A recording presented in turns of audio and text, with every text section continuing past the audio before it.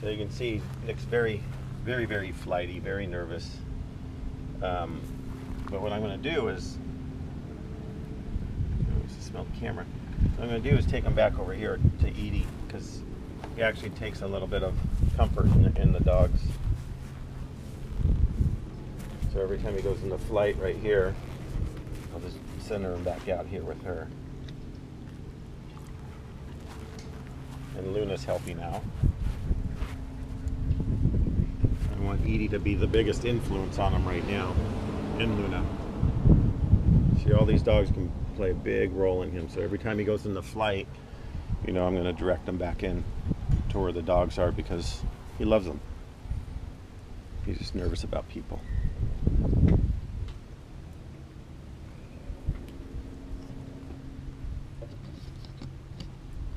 And this is a big part of you know, what I do with dogs like that is just give them time to decompress, you know, and let them get used to me. There's no sense in putting any big demands on a dog to start doing command work. It's they're not gonna retain it. I mean, you know, if I start telling them let's go, it doesn't matter to him. He's in flight, so let's go can basically mean run the other way.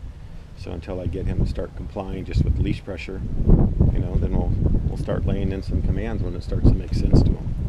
You know, last thing I want to do is be saying let's go a million times over and over and over. So there he goes. So see, I'm just going to block the flight here. Right there he sits down, I'll release the leash pressure. You know, and if I want to move again, it tends to put him in the flight.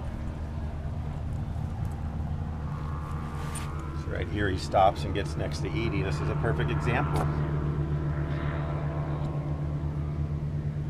Perfect example of how you can use another dog to help another dog.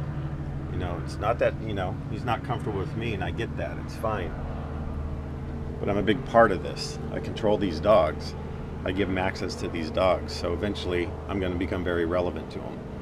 So that's why I like working with these guys, and that's why I like having dogs to help out.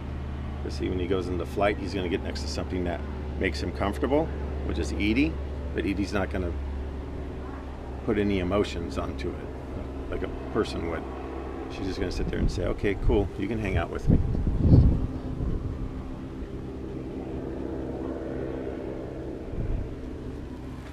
So we're just going to hang out in the yard with Nick and let him get used to me. And of course Luna and Tanaya.